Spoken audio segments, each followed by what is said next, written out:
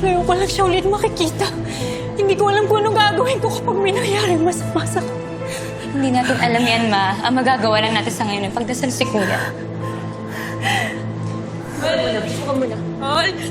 Tol! Si Tol. Kiko. Kuya ko. Tol! Si Tol. Jessica. Si Tol. Jessica. Sa'yo, kuya. Sa'yo, kuya ko. Ino-operahan na siya. Ililigtas siya ng mga doktor. Eh, Ano? Kuya Gio. Kuya Martin, Mga kuya, ano nangyari? Asan yung kuya ko? Ano nangyari sa kanya? Sino gumawa sa kanya nito? Ano nangyari? Tol! Ano nangyari? Kuya Martin. Hindi namin alam. Nakita lang namin sila ni Leon dun sa gubat. Gubat Ganun na. ng hotel. Gubat ng hotel.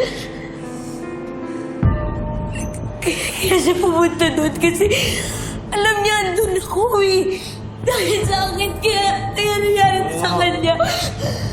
Jessica, huwag mo isipin. Ako yung may kasalanan naman Hindi nangyari natin sa alam na kanya. mangyayari yun kay Kiko. Dolson! Ako yung pinunta niya sa gubat, Kuya Martin. Sorry po.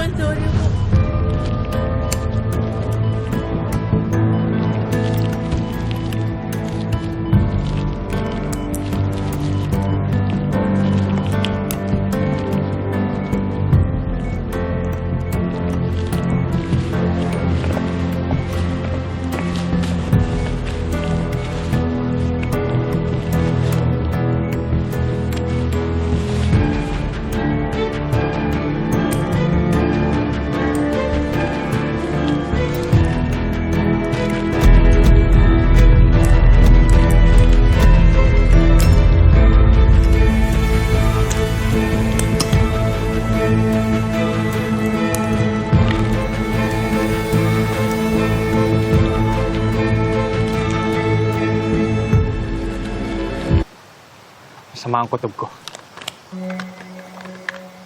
Lahat ng pagpatay malapit sa property ng Hotel 88. Paano nakakapasok ang kriminal sa isla na yan? Baka sinasadya para di na tayo maghanap sa iba. Tignan niyo ulit. Bisa.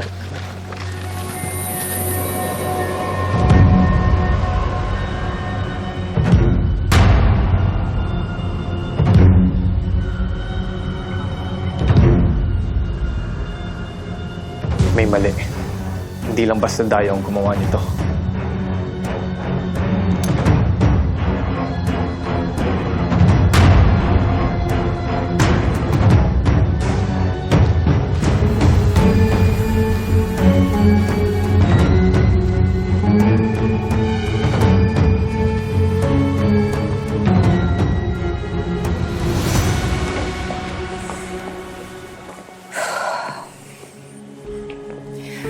Panginoon,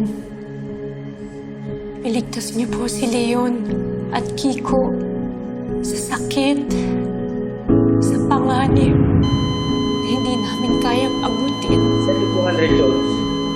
Clear? Clear. Kung may dapat kunin, ako na lang. Kunin niyo na lang ang buhay ko. Huwag na ang sa anak ko.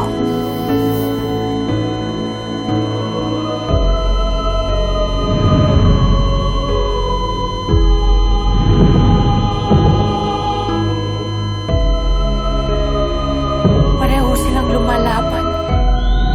Bigyan niyo po sila ng lakas na wala sila ngayon.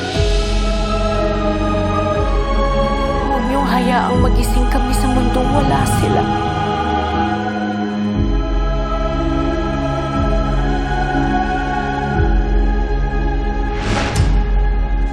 Mrs. Almazan? Endaya? Pasensya na ho. Mga pamilya lang ikakausapin namin. Pamilya po kami lahat, wala pong hindi.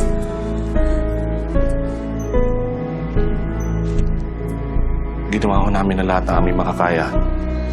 Pero hanggang doon lang. I'm very sorry. No!